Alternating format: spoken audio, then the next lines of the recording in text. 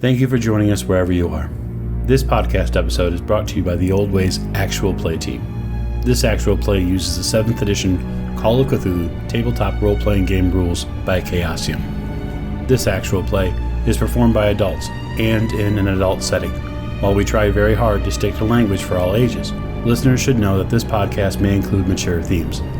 All content, including names, places, events, companies, and etc., which may bear resemblance to entities living or dead, is strictly coincidental. My name is Michael Diamond, and for tonight's game, I will be your keeper.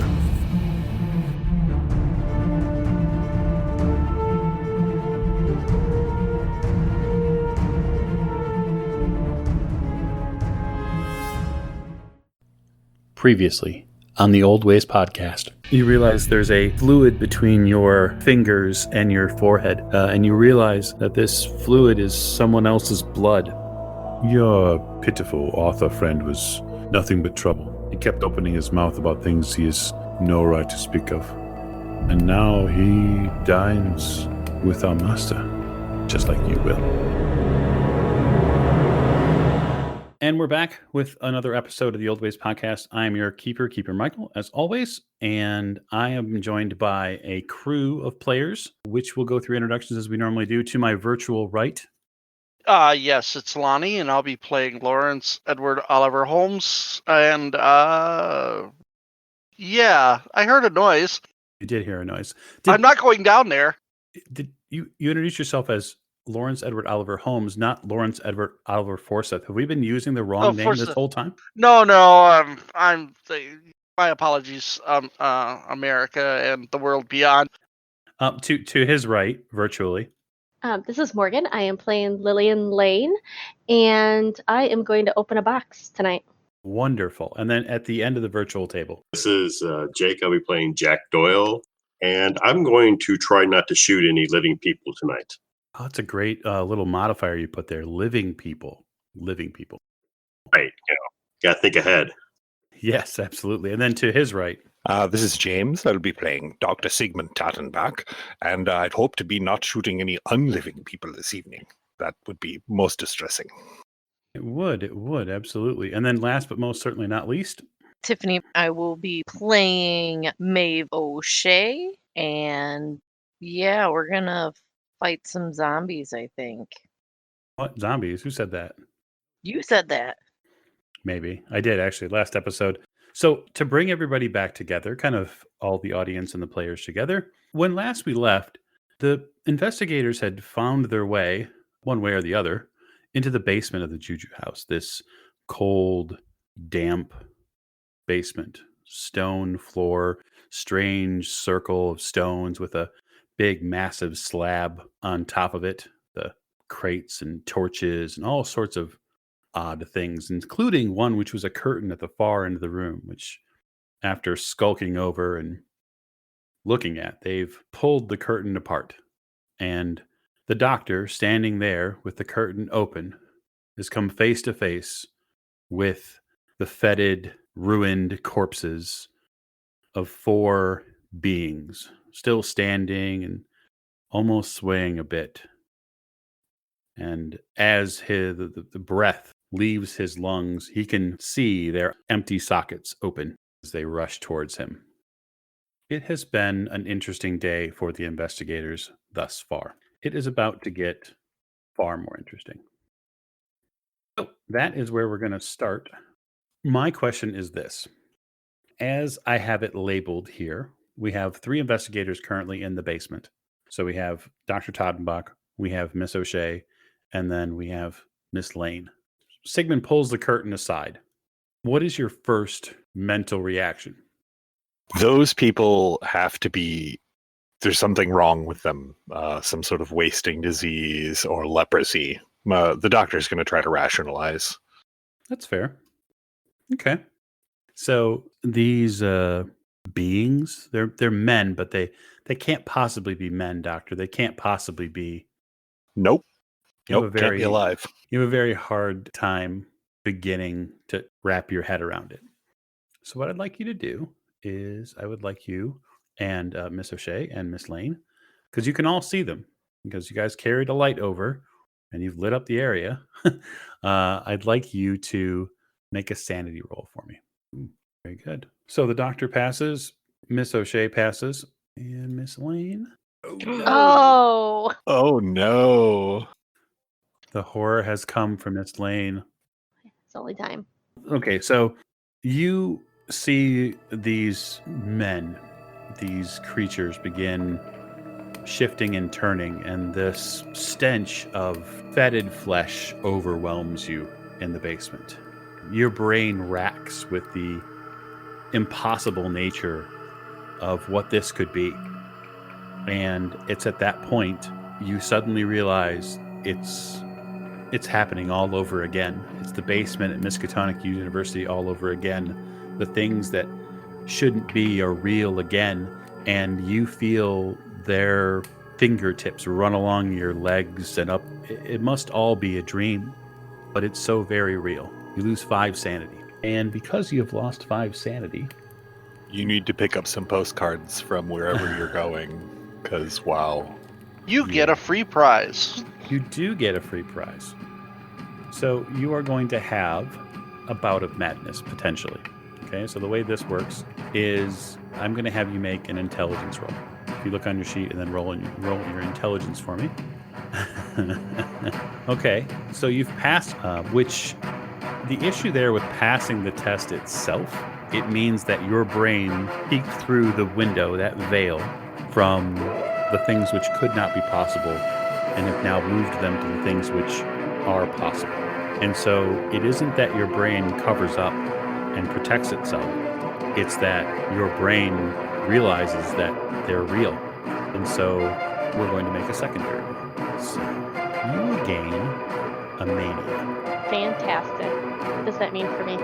So you do have the ability to adjust the sanity loss itself, but you can't change the roll. So if you wanted to spend luck, you would have the ability at this point on a 2-for-1 ratio to basically reduce the amount of sanity loss. You can do it!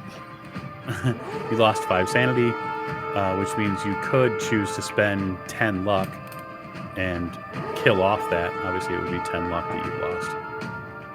I would prefer to not get the mania. So I'll spend 10 luck to gain back that 5 sanity. Yeah, basically what happens is if you're going to spend 10 luck, you would not take the 5 sanity loss, but you would have to spend 10 luck to do that. So I'd still keep my 50 sanity then, right? Yes, you would still be at 50 sanity. You wouldn't have taken the sand loss. It's like you failed the roll and you spent luck to make it not happen, essentially. But it also shows you how powerful and yet fleeting luck can be. Luckily, you stumbled behind us and didn't see anything or something. More likely, she screamed at the top of her lungs and she somehow kept it together. Right.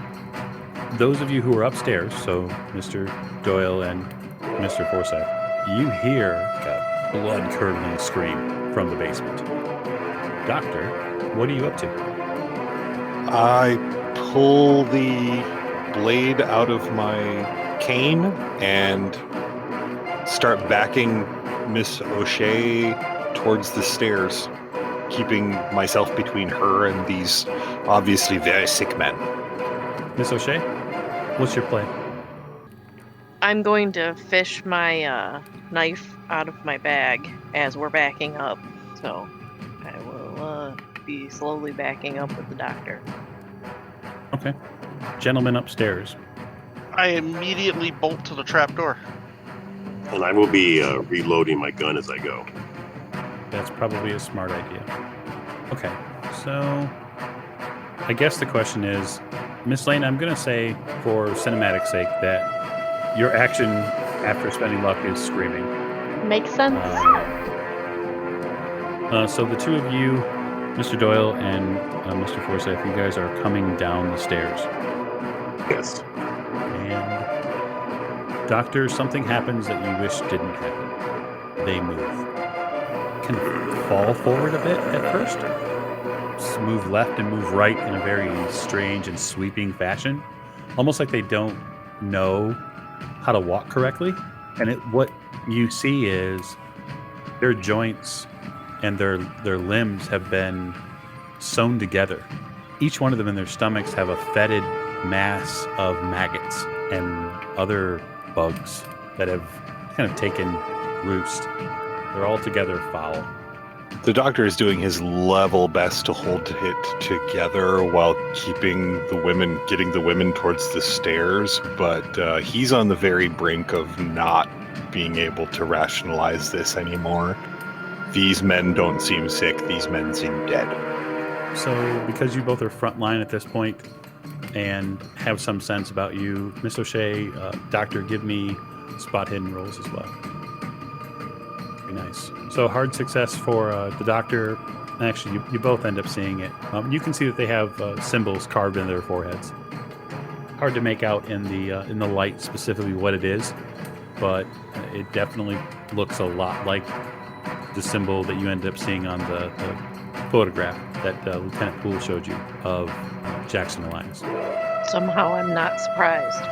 Somehow I'm not trying not to vomit. Okay, so that's the end of the first section. So we'll go back at this point to the actual rounds. And that actually starts with Miss Lane. Miss Lane, you snap out of it just in time to see one of these creatures beginning to lurch towards you. You see that its mouth is open and some sort of strange purple fluid is beginning to leak out of its mouth. Ew. Because it's going to make its way towards you. Luckily for you, you've always been a bit nimble, so you'll be able to act before it does. So, I do have an axe on me. Can I, swing it at it? Yeah, absolutely, you could. Sweet. Aim for the head kind of thing. If we're talking zombies. Alright, let's do it. So, you swing as best you can, but you catch nothing but air as the axe whooshes past you. Miss O'Shea. Yes. You are nowhere near knife range, especially with the Doctor in front of you. Right. I guess I'm going to be keeping my eye up towards the stairs to see if the boys with the ranged weapons are coming down. No, you can hear them coming down. It's impossible not to. They both have, reasonably thick-soled shoes.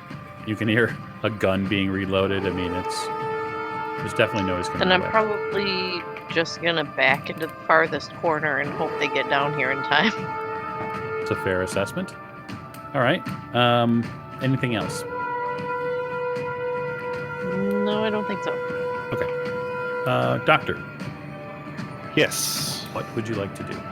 I would like to attack the one in front of me. My fighting brawl is actually at 70% on my sheet, but I don't have it on the digital sheet on the Roll20 app. It's fine. Just go ahead and do a standard roll, and we know what your skill is, so we can always get it corrected.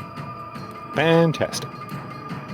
So you take the sword cane and Thinking step forward and right into the eye, right up into the brain. Honestly, it would be a mercy if these things are still alive to put them down like that. So. okay. So your sword cane, go ahead and roll damage for it. Okay. The phrase is boom. Yeah. All right. So I'll jot that down. And now, Mr. Forsyth. Yes, sir. You move into the room, and you have enough move to get behind either the Doctor or behind Lillian, should you so choose. I would like to move behind Miss Lane. Wait a minute. What is Miss Lane's size? She's larger than the Doctor, right? No, she's tiny. Okay. I'm the giant lady. That's right. She's already doing her best wizard impression in the corner. So yes, Mr. Forsyth, there is space behind Miss Lane. Okay. But I can see somewhat over the top of her. Absolutely. And oh my God, what are those things? Roll Sandy. Very Oh, All right. Okay, so you pass your standing test, and you are absolutely certain of one thing. These 4 creatures, whatever they do not and should not be on Earth. Nope. They need to leave. And that's why one of them gets the remaining 3 rounds in my gun. Okay, so if you're firing multiple shots, keep this in mind. It's actually, I reread the rules that we need to stick to. It's actually a disadvantage on each shot. It's not past the first. It's actually every single one. Bear that in mind as we move forward. That I will fire 1 shot. It's fine. Are you shooting for anything specific? No. I am just shooting them. I assume bullets work the same. Okay, very good. Roll damage. Okay, that's fine. You hit it for 5. You fire off a shot from the 38. You hit center mast, and it doesn't seem to slow down. It's not moving very fast, keep in mind, but its body just kind of soaks up the shot. And Mr. Doyle, you arrive at the doorway. Are you going through? Yep. All right. You immediately see Miss Lane to your left. You see pistol smoke in front of you, and you're the doctor, and you see there in the somewhat Stygian darkness, lit by torches, 4 very unfriendly shapes moving towards you. The aforementioned purple-mouthed, maggot-filled creatures. So go ahead and give me a SAN roll first. Okay, so you come to probably a somewhat similar conclusion that Mr. Forsyth did. These are wrong, and they should not be around. And oh my god. Right. So their midsections are all jacked up, right? Yeah, the midsections of them, they look like they're cut and they're filled with something. You're not really sure what. It looks like, I mean, at the distance that you're at. So that's the problem is that, for better or for worse, the doctor is much closer than you are, so you had a better view. Right. But yeah. Okay. I'm going to go on the assumption that shooting them in the midsection isn't going to work if it's been cut open and something stuffed in there. I'm going to try to shoot them in the head. Okay. So you are at disadvantage for calling your shot. Right. But you are welcome to attempt to shoot them in the head. So you can't get like more than 1 disadvantage, right? What do you mean? Well, if I'm already at disadvantage, I might as well just unload my 3 shots at them. Yeah, I mean, I can't make you any more disadvantage. Yeah. Right. So I might as well go for quantity over quality. I'd better you say it than me. Are you staying in the doorway there? Or are you gonna... No, I need to move forward in case people want to leave. Okay. So just roll it twice for disadvantage. Because I don't think is there a way to set it? Okay. There isn't, unfortunately. So go ahead and roll it twice. My first shot, 60 under 75. Do damage. Which one are you shooting at? The one in front of James or the one in front of Miss Lane? The one in front of James first, because James is closer to him. Okay. 7. You do also notice this, actually. Those of you who have been in the room a little bit now, everybody but Mr. Doyle is going to recognize this. None of these creatures have done anything to try to get out of the way of what you're doing. They have not actively tried to do any sort of life-saving preventative. They're not dodging. They are not, no. Nope. Very good. You deal 7 damage. Would you like to do your second shot now? Yes. Okay, that fails. Next shot. Extreme success. Very, very nice. So you rolled an 11, Very and then nice. you rolled a 9. So you get the extreme, which means you also get the impale. So roll 2d10, do double damage essentially. 15. I'll explain this from a different view. Doctor, behind you, all you hear is gunfire. And then you don't hear anything except a high-pitched ringing noise. It's what you see in front of you that is so dramatic. And that is the kind of cascading red and purple fluid that comes from the head of this creature that's in front of you, as its head pops like a warm tomato in someone's hand, and it falls to the ground headless. I'm going to be ill. Oh. However, the other three march on. All right. In rather rapid succession for them, the three remaining continue to lurch forward. Miss Lane, the one comes directly at you, and when it does, it tries to rake down with its hands, basically to pummel you. But you manage to deftly duck out of the way. You are allowed to fight back if you'd like to. So fighting back is just you rolling your brawl skill in hopes of doing damage. The same would go for the doctor.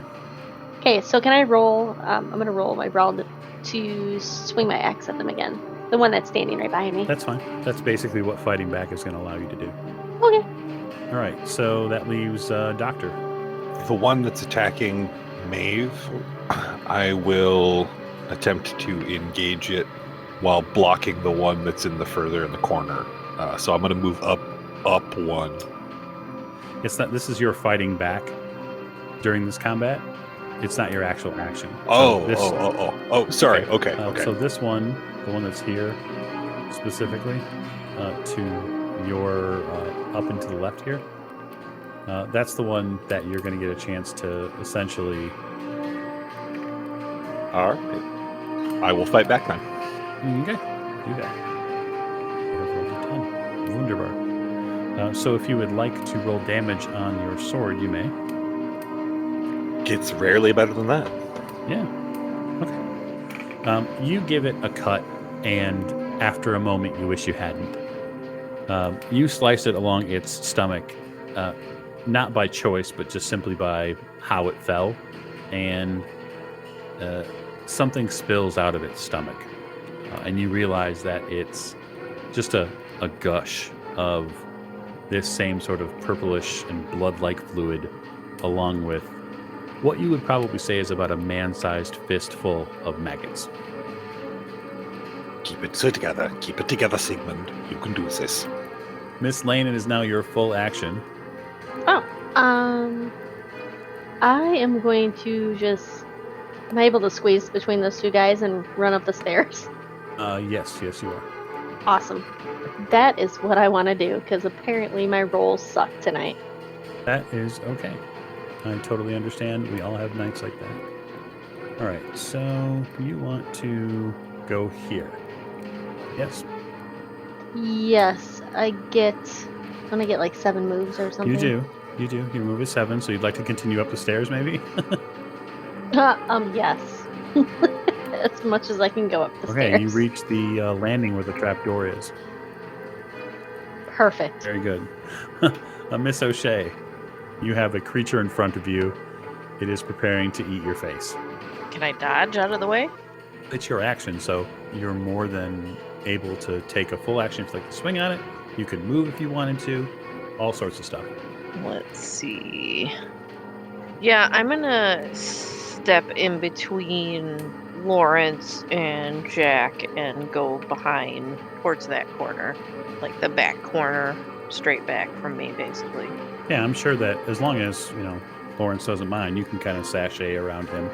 Just don't knock him over like you did the shelf upstairs, and you'll be fine. Okay. Yeah, you run to the other corner. Madam, beware thy large posterior. Now remember, she has a bit of junk in the trunk, but she is also tall. She is the tallest Irish woman you know. You do now get a better view of what's over here, though.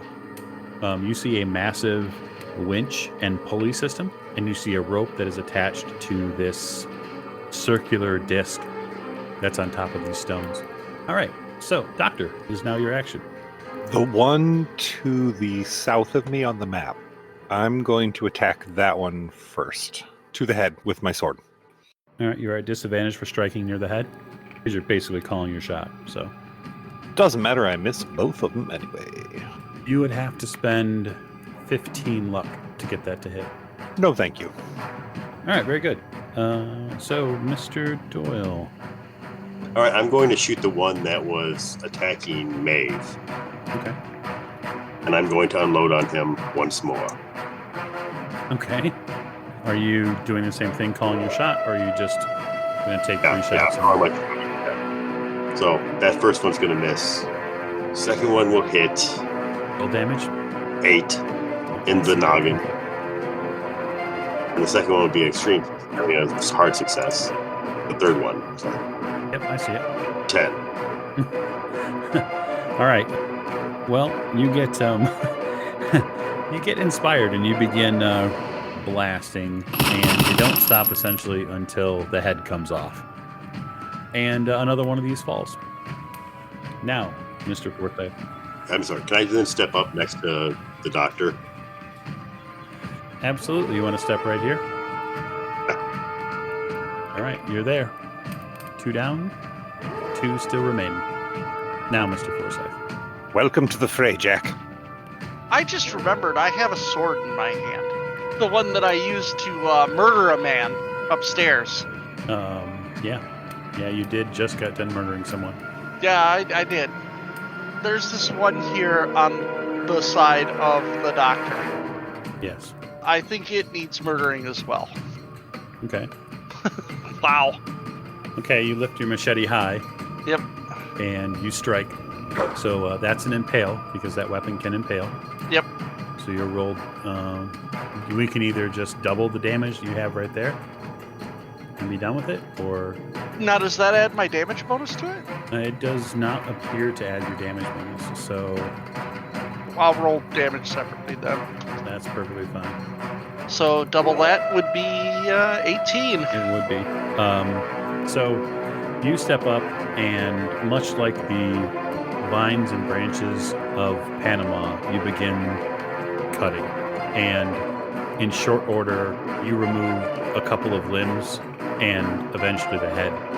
Doctor, you have not been this covered in fluids in some time. Because basically, every time one of these things dies around you, it kind of pops like a melon. And you're beginning to see and smell the trenches again. And your hip starts to ache. Okay. So I'll leave you with that for a moment. Miss Lane, are you continuing on your next action to just go upstairs? Yes. Okay, very good. You are upstairs now. I'll move you up there. You come up to find the body of the shop owner. He's been murdered. Was everything else going on? I think I would just sigh and talk to somebody about that later. What you're going to do Or actually roll is you're sanity. going to roll sand. Yeah. Damn It's a dead- it! Oh, all right. Hang on. Oh my goodness. Okay, so you're going to lose 1 point of sanity. So we can stop the jokes about Maeve going insane now? I mean, she rolled a 51 out of 50. That's pretty close. That's as Good. close as it gets. So yeah, it's a bit shocking in here, and you kind of slow down your movement because you're now seeing all across the shop that there are dead bodies all over the place. Fantastic. Is there any way I can back myself into another corner? Yeah, absolutely. You are more than happy to back yourself into a corner over here just out of sheer fear and stress. Not a problem. Perfect. Miss O'Shea, Yes. it's your action. What would you like to do with it? Anybody injured yet? It doesn't look like it. Nobody even got touched yet. Yeah. Oh, I know what I was gonna do. So, I don't know, I'm really at odds. So it looks like this pulley system basically lifts the lid that is on that circle in the floor, right? Yeah, I mean, you're no engineer, but it's fairly certain that this, by the ropes and whatnot, it definitely does. To open or not to open. I guess I'll wait. Fair enough. For the 2 that are left, Jack, the creature that's in front of you takes a swing on you. You can either dodge or fight back. I will be dodging. It's not a bad idea. Good. You dodge out of the way. When its hand hits the wall, having missed your face, you can see that the stone wall imprints a bit, Like you can see an actual crack in it. Yeah, I don't like that. Yeah, they only get one attack because there's only one of them left. Amazing. Okay, so that would be Doctor, your full action. I guess I would. I guess I'm going for its skull again. That's fair. You're just at disadvantage, but go ahead. That's good either way. Okay. Yeah, 66 will still hit, so if you'd like to roll damage, go ahead. That is not a lot. Can I use the strike to drive it forward towards the wall? No. This thing is a little too large for something like that, in the sense that it's pretty beefy. Right. Okay. So, Mr. Forsyth. Yes. We still have an unnatural creature in front of us. I would like to move to a point where I can strike said unnatural creature. You have moved there. And I would like to strike said unnatural creature. It's all you. Just a regular strike? Yep. Alright, that's a success. I will roll some damage. Okay. 4. Yeah, you chop at it. You bring the machete down and you slice off a big hunk out of its back. It groans a bit, and then as it turns to see the rest of its attackers, you see that it's beginning to leak more fluid out of its mouth. So that leaves us with Doyle. Okay, I've only got one shot left, so I'm just gonna hit it. I'm not even gonna try a headshot on this. Okay. Oh, Well, that was a good choice, I think. Jesus. 19. Max damage. Sweet. You lift your pistol. With the last shot, you fire it center mast, and you blow a massive hole in it. The creature doesn't go down. Actually, the hole that you put on it sprays the cargo containers, the wooden containers that are behind it, and actually gets quite a bit on Mr. Forsyth's clothes. Right, yeah, head. Go for the head. All right, it is going to take a swing and miss terribly. That hole in its chest is definitely doing it some trouble. Miss O'Shea, are you still staying in the corner, or are you going to spend your action doing anything else, investigating, or? Yeah, I'm gonna study the writing around the ring some more. Did you make a Cthulhu Mythos roll the last time? I did. So, I mean, you'd need more light over here to do a proper inspection. So, the issue with this, you'd have to find a torch or light one of these torches that's not lit currently. Okay. Get a better look at it. Well, then I will, wait till the other one deed. Okay. Doctor. Give this another stab. Okay. Are you going to follow Mr. Doyle's suggestion? Absolutely, right to the head. All right. Give it a swing or two. Okay. Yeah, that'll definitely hit. So roll damage. Okay. It definitely turns to face you. Hacking away at it. Your heavy hit to the neck gets its attention. And now we come to Mr. Forsyth. Let's continue doing what I was doing. Okay. Yeah. Roll damage. Yeah, that's 10. Okay. You hack down pretty hard, and you see a limb fall off. It loses its right arm. It moans heavily and continues to try to paw to get the doctor with its left. Jack, it's your action. I have to reload. Punch it. I don't think that's not gonna do much. Okay, so you're going to reload. Oh, come on, you're Irish. I'm sure you're a good boxer. Racist. Well, if that's what you're doing, that's fine. Can I do anything else than that? You could move. You could. There's all sorts of stuff you could do. You could investigate the area. I mean, I'm assuming that you're going to want to keep your eyes pretty well set on where this creature's at. Yeah. No, I guess I'll just. I'll try to draw its attention, get away from the doctor. Give me a. I don't know. I guess a persuade roll. I don't know that they can really be persuaded, but what the hell? Intimidate?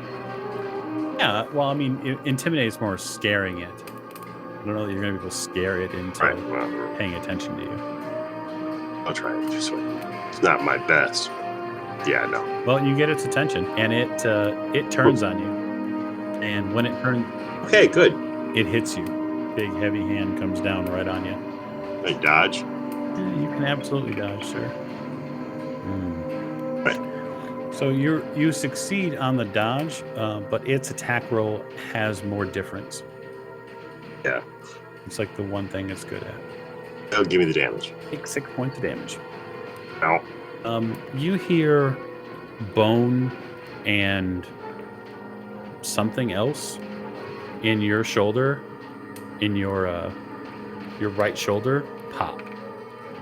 When this thing connects with you, it smashes your body up against the wall, and the clap that comes from when it hits you is something that unsticks your ears, Doctor. It's the first real noise you hear for the past few moments. I look to Jack to make sure he's okay. Hard to get a full assessment right now, but he looks like he's grimacing in pain. All right, very good. So it is your action now, Doctor. Can I step between Jack and the creature? No, there isn't enough room. I'll just go for its skull then. All right, give me a roll. Assume we're slashing down with our cane. That 33 will work for sure. You deal an extra 4 points of damage to it. It is still up and moving. Mr. Forsyth. I'm a lumberjack and I'm okay. Ugh. No, you're not. For the skull, Forsyth. Aim for the skull. You swing at it. It doesn't even have to dodge. The machete deflects off of the nearby cargo containers. And we fall to Mr. Doyle. All right. I'm going to load on this guy's head. Okay. The first one misses. Second one misses. Third one misses. Well, son of a bitch. There's a whole lot of gunfire. Unfortunately, none of the shots hit their mark. And now the creature will go again. Swings on you, Jack, but misses. Oh, whew. But I don't imagine you want to get hit again. Miss Lane or Miss O'Shea, depending upon what the two of you are doing, if you want to do other things, you have the opportunity to. I thought that last time the doctor lit a torch or two. Yeah, he did, but they're over on the far side. Basically, they're around the fighting. Or on the zombie side. Yeah, if you want to call them zombies, that's fine. Okay.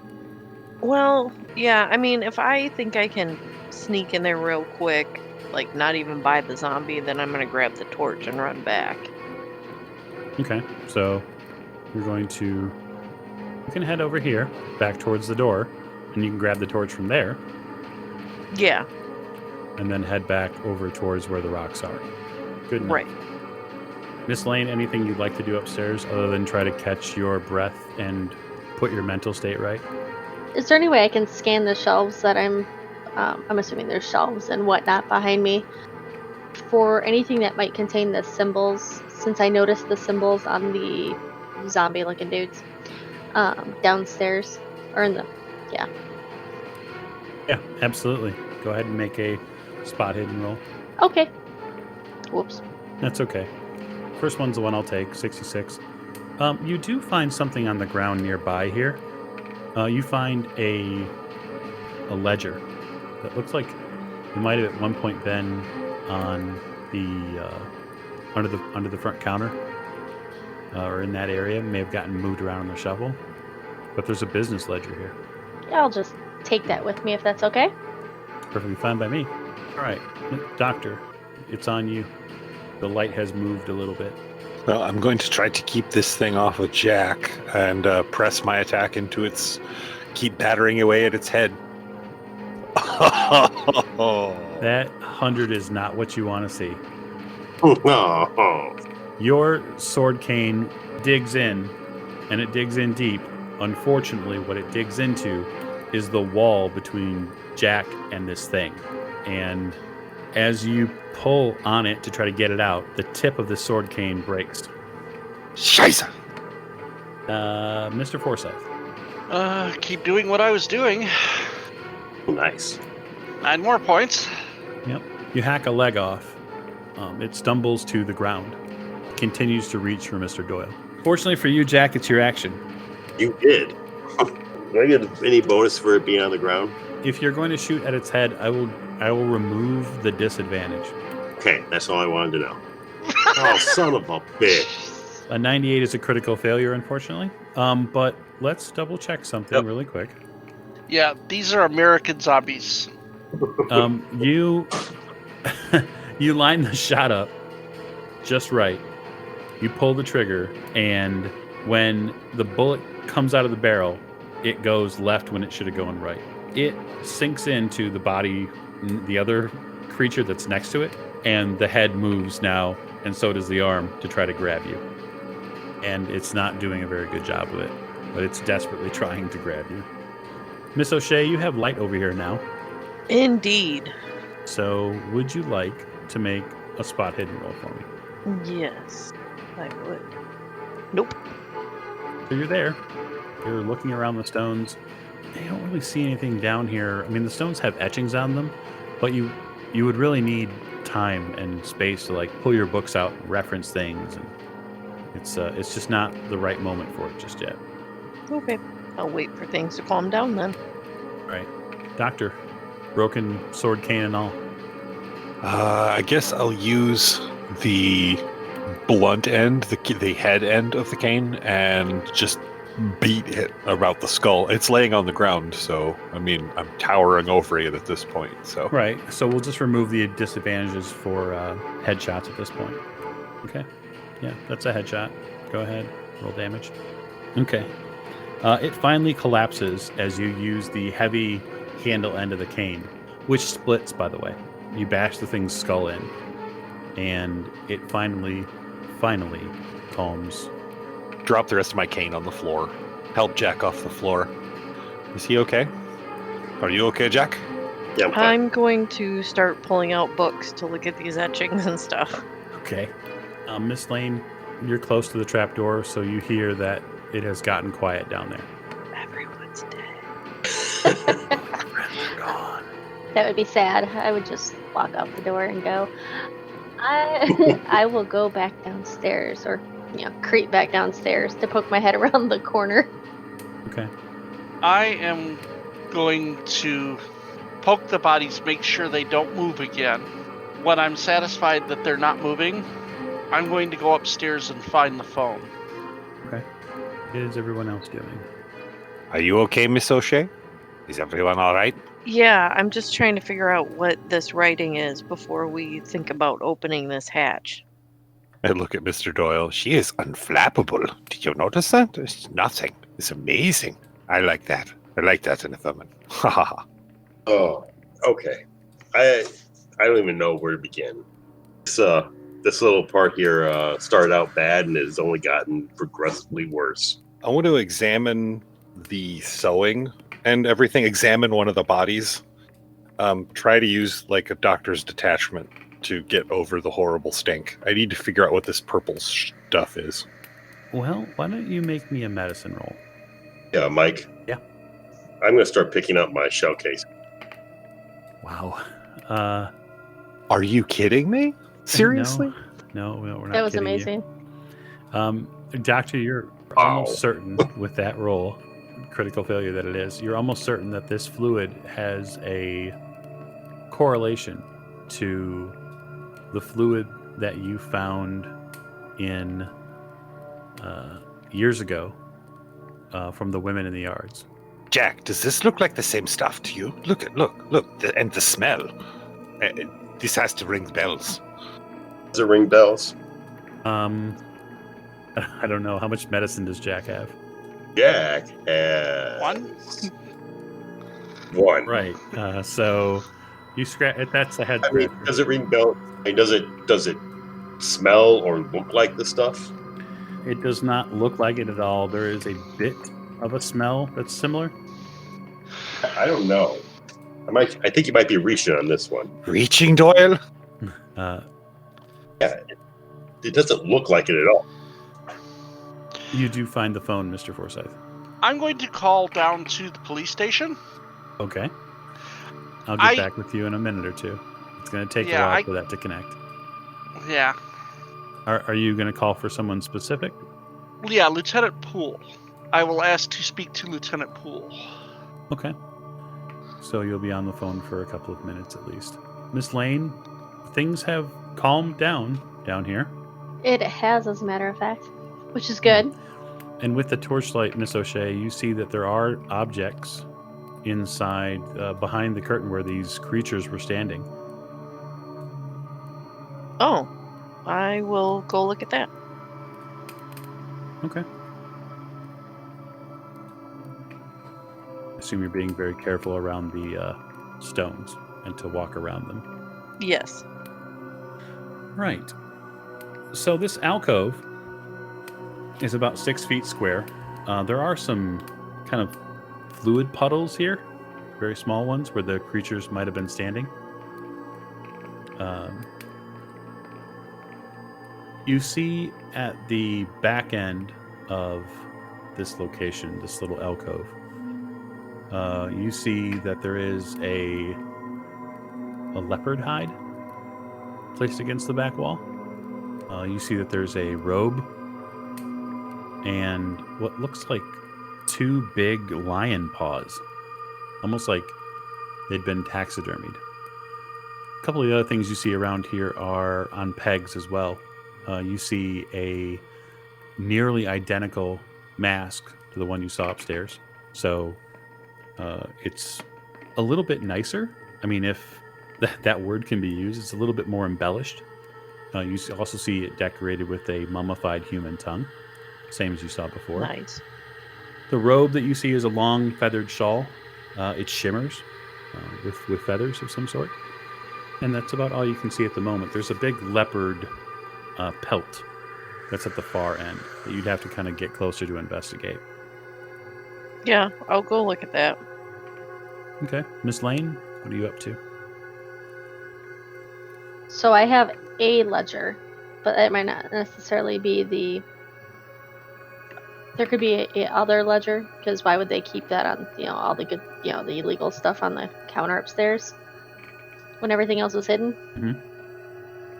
I'd like to see if there's anything, well, to start with down here, Okay. that is also like a ledger. There are these cargo containers over here in the corner you could inspect, or you could That would be join fine. Miss O'Shea in the alcove, your choice. She's got the alcove. I will check out the crates. Okay. Am I rolling a spot hidden? Yeah, you might as well. I was just going to say the doctor is doing his best to help out where he thinks he can, but to keep his shit together, as it were. So you're probably going back into doctor mode and thinking about how Jack is doing and trying to help him in any way you can. You heard quite a sound from his body when he got hit. I'll fuss about him in doctor mode and give a medicine roll to his injury to see if I can do anything to help him. Okay, yeah, go ahead. Boom. Okay, provided that he is willing, Jack, you're going to get some hit points back. Hold still, Doyle. I have to fix your arm before it sets like that. Straight up, Doc. Okay, so Miss Lane, in the crates you find actually quite a bit of what looked like African trinkets, head masks. You see a couple of shields, some pelts. But the other crate that you find down there is rather interesting. You see like common everyday clothes for people, men's clothes. You begin to find identification and wallets, that sort of thing. So identification. Yep, identification. Like identification of real people that live in New York? Or like, are these forgeries or... No, you start reading some of the addresses, and they're definitely names and places of people that live in New York. This guy's from Harlem. Yeah, I'm wondering, is it... Okay. I grab IDs. Okay. All right, so Miss O'Shea, you find this larger bundle of fur at the back of this alcove. Are you going to dig into it? Yeah.